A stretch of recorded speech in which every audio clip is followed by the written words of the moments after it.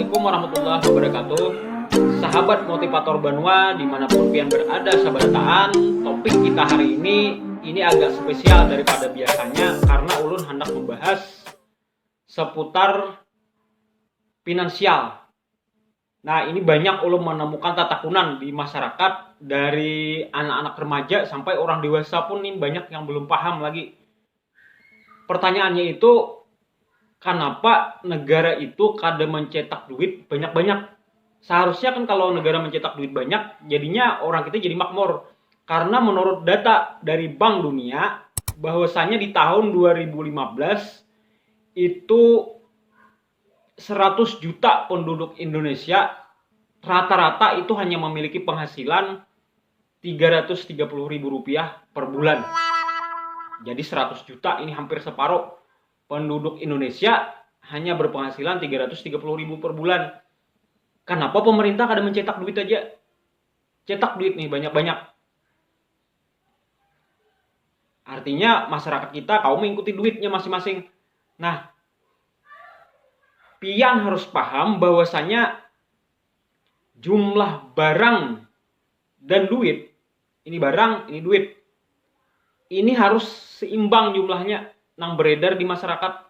Jadi barang-barang nang kayak barang sembako, misalnya minyak goreng, hintalo, bawang putih dan sebagainya, itu harus seimbang jumlahnya lawan duit nang beredar.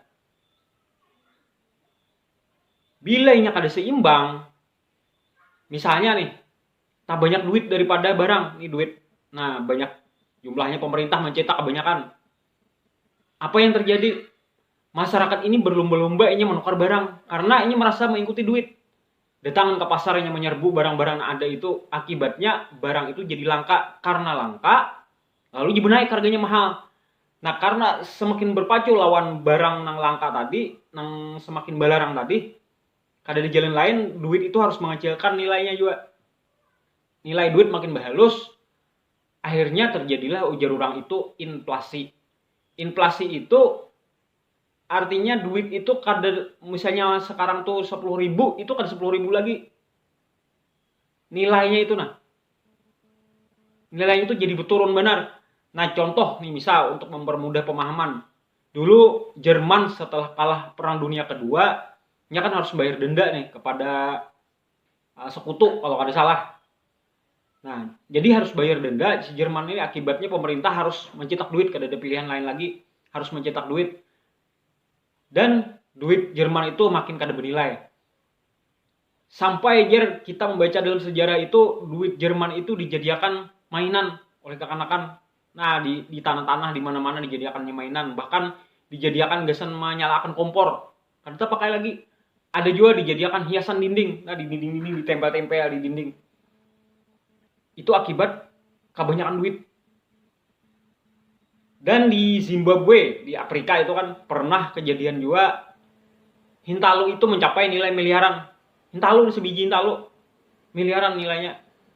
Dan yang paling parah itu dalam sejarah di Hungaria. Hungaria itu pernah mencetak duit 1 miliar triliun. Bayangkan aja berapa nolnya itu, 1 miliar triliun. 1 miliar aja udah banyak banget, apalagi 1 miliar triliun.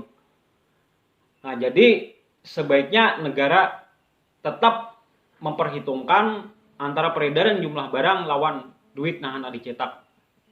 Dan bijaklah untuk mencetak duit, karena bila kebanyakan mencetak duit itu berhadapan lawan undang-undang dan hukum. Nah, mungkin ini saja yang ulun jelaskan. Mudah-mudahan sekilas tentang dunia finansial ini membawa pencerahan gasan ulun, gasan pian, gasan kita sabarataan. MPP Good Community. MPP Salam viral.